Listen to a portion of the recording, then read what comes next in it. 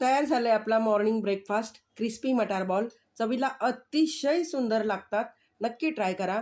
आवडल्यास like, comment आणि subscribe करायला विसरू नका फ्रेंड्स. गुड मॉर्निंग फ्रेंड्स, कसे आहात? आज मी नाश्त्यासाठी बनवत आहे मटार बॉल. तर इकडे ताजे मी हिरवे मटार घेतलेले आहेत 1 वाटी.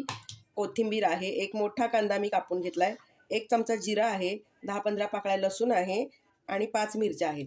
तर आता आपण हे चॉपरला बारीक चॉप करून घेणार आहोत. हे बघा, या पद्धतीने मी मटार आणि कांदा बारीक करून घेतलेला आहे. खूप छान चॉपरवरती बारीक होतं. पावभाजीचा जरी तुम्ही असं केलात ना तरी चॉपरवरती चालतं. हे बघा, या पद्धतीने मी सगळे वाटाणे आणि कांदा कट करून घेतलेला आहे.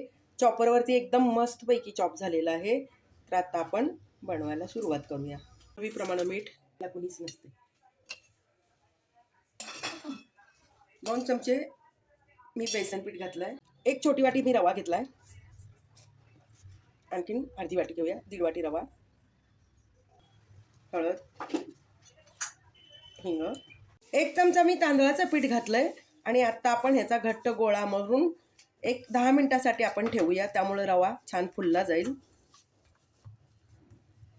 मध्ये तेल घातलेलं आहे आणि तेल आता छान गरम झालेलं आहे. तर आपण हे बघा, हे मी असे गोल बॉल बनवून घेतलेले आहेत आणि आपण आता हे बॉल तळून घेणार आहोत. अगदी मंद आचेवरती तळायचे, कारण आतून पण ते शिजले गेले पाहिजेत आणि वरून क्रिस्पी झाले पाहिजेत. जर आपण मोठ्या गॅसवरती तळले तर वरूनच ते तळले जातील आणि आतून कच्चे राहतात. तर मिडियमवरतीच तळूया. जेवढे बसतील तेवढे सोडून घ्यायचे. तुम्ही गोल करून ठेवलात तरी चालेल, अगोदरच गोल करून ठेवायचं.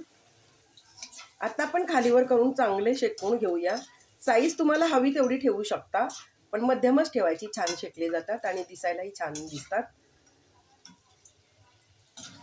आता बाजारात भरपूर मटार येते, तर मटारचे वेगवेगळे प्रकार करून खायचे.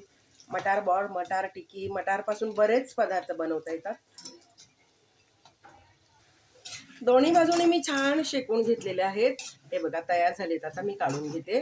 हे बॉल तुम्ही कशासोबतही खाऊ शकता, चटणीसोबत, नारळाच्या चटणीसोबत, किंवा आपण दह्याची कढी बनवतो ना, कढीसोबत सुद्धा अप्रतिम लागतात. नक्की ट्राय करा.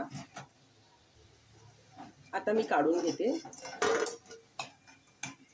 आणि याच्यासाठी तेलही जास्त लागत नाही, कमी तेलात होतात. आता आपण सगळे बॉल याच पद्धतीने तळून घेणार आहोत. हे बघा, दुसरी बॅचही मी तळून घेत आहे. सुरुवातीला तेल गरम करून घ्यायचं आणि नंतर गॅस बारीक करायचा आणि मग मंद आचेवरती तळून घ्यायचे, म्हणजे करपत नाहीत आणि कलर